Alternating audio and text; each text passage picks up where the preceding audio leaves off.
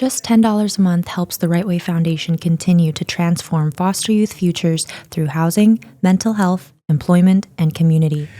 Welcome back to RightWay Podcast, where you know our theme is 10 minutes of healing the right way. We have an awesome guest in the building, alumni of the RightWay Foundation, one of our beautiful youth. He goes by the name of TyTy. Let's welcome TyTy. How you doing? It's going good. Happy to be here. Well, thank you for giving us the time and blessing our audience. Who is TyTy? Let's start by there. Who is TyTy? TyTy is a youth that has overcame trauma and adversity. She is a person of power, of dignity, of honor, of respect, of humility. Now, were you always this way, TyTy? Absolutely not. Absolutely not. I was broken.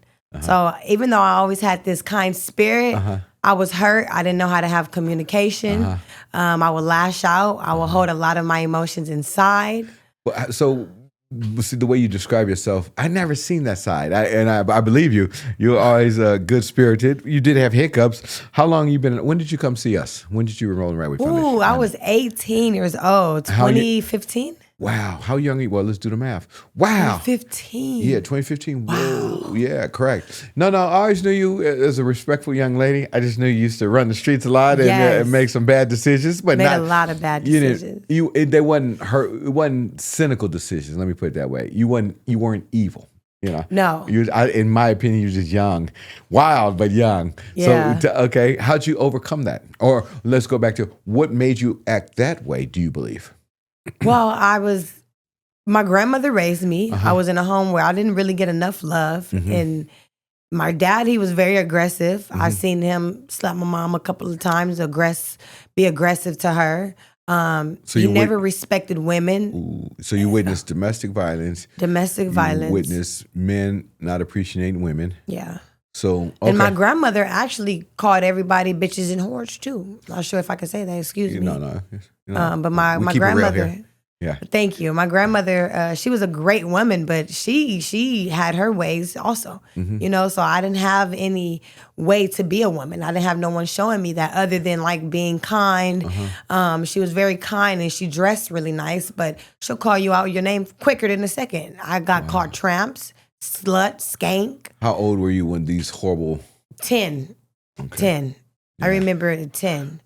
So how did that affect you growing up from your perspective? Well, I thought that was normal. Okay. You know, I thought, I looked at myself as like a bitch, you know, and not saying like I was like nasty or a whore or a prostitute or anything like that, but I just looked at myself as that. I would talk to my friends like, bitch, girl, you know, but it's like, no, it's not a woman of honor. Okay. You know? Okay.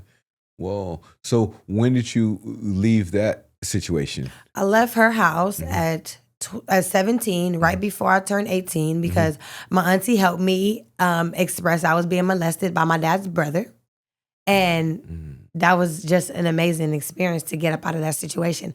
I didn't even know that I was going to be taken out the situation. I thought she was going to take me to the police and, you know, he was going to go to jail. Being young, being 17, I didn't know it was going to go like that. But they came and took me out. They took my little brother out. My older brother was already 18. So he stayed, and I told my grandmother. They took you out, the county? The DPSS or DCFS. DCFS took me out. Wow. And, so at 17, you went into the 17. system. Yeah. Well, no. Okay, so my mother left me at the hospital the day she had me. She actually named me Michael. On the birth certificate, my grandmother, I remember I was like 15 having to go to court, go down to the Hall of Records to get that fixed. She named me Michael. So I was immediately into the system. My grandmother never adopted me out. She always just had kinship over me. So I remember the social workers coming and her speaking to me and my grandmother like prepping me to what to say and what not to say, because I got whoopings, you know, and she made sure not to say they whooped me, that she hit me on the wrist. That's all that the courts allowed. Yeah. So I had to, you know, get prepped for that. Wow. How many people you think are like that, get prepped in? All of them. All these kids? All of the ones that have kinship or has foster moms, they all get prepped. If they're, you know, how can I say it? If they're disciplining their children. Some children, you know, need a little whooping here and there, you know, some type of discipline to inform respect. Okay. All right. And so what about your private life? What are you doing now? Oh man, now I am a full-time student at Cerritos Community College. Nice. Cerritos College. I am graduating next year with a certificate for child development. Nice. And I'm also pursuing, I'm not sure how to say it, but psychology, so I could become a licensed therapist because at the RightWay Foundation, oh my goodness, when I first came here in 2015, my life changed dramatically. And I'm not just saying that. That's real, honest, brutal truth. RightWay Foundation, Andrea Slider was my therapist. And I never had a voice before I met her. And she just helped me, speak up and express the things that I've been holding on for. The first time I got molested was 11 years old, and I didn't stop being molested until 17.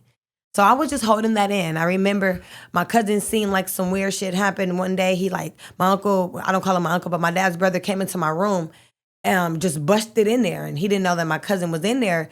And he was just like, oh, I was just checking on you or something like that, left out. And then my cousin was like, what the hell was that? She asked me, like, is he touching you? And I, broke down to her, and I was like, don't tell nobody. You're going to get me in trouble. Mm-hmm. So I was holding shit in for years until I got to the right way. And she gave me a voice to speak up and cry out to her. Wow. Crazy. That's a horrible story, but it didn't catch me off guard because I didn't know this. And you've been in our program since 2015, like you said, over 11 years. Wow. Okay. Yeah. All right. So how do you process that today? Or what?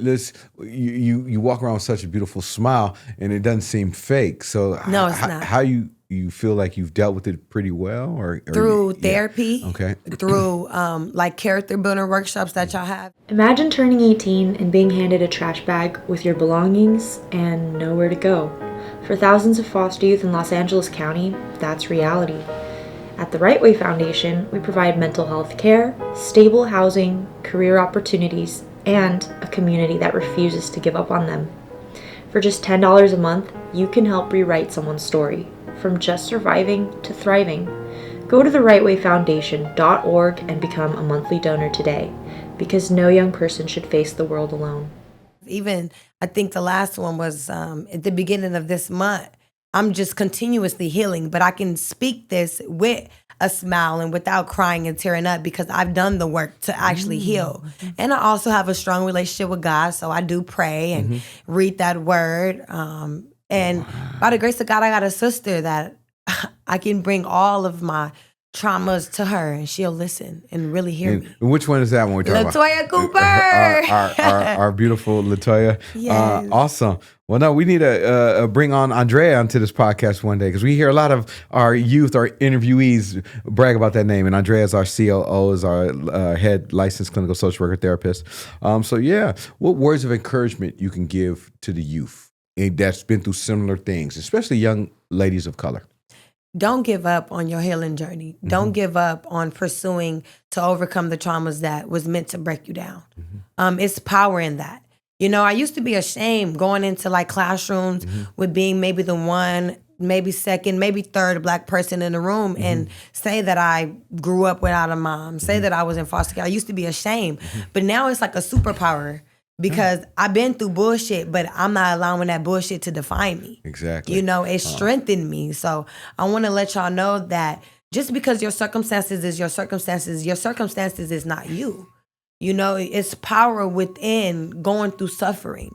It's always character building within that. So find it, be empowered to keep overcoming those adversities.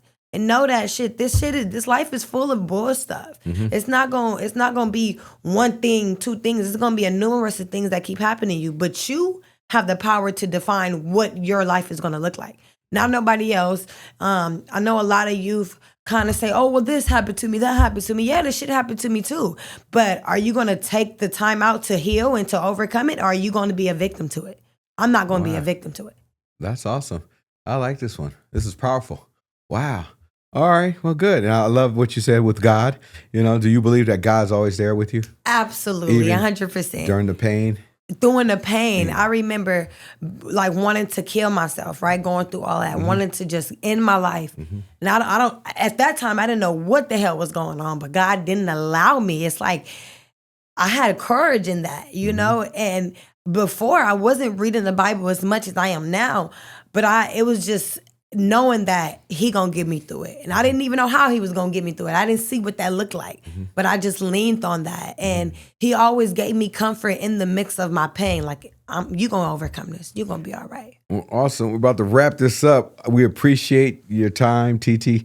It sounds like you're a strong woman because I hear it, when I share my story, I used to cry too. But, that's how I believe, we're over our pain when we can share our story with a smile and we're not crying any longer, And I'm glad this is not a religious podcast, but I love that you pumped up God, and God is always there with us. I believe so. So tune in next week. We're going to have another guest for our Right Way podcast where our theme is 10 minutes of healing the right way. Give a shout out to TyTy. Keep your head up. And on behalf of all the foster youth we serve in LA County, I want to say peace, God bless. We're out.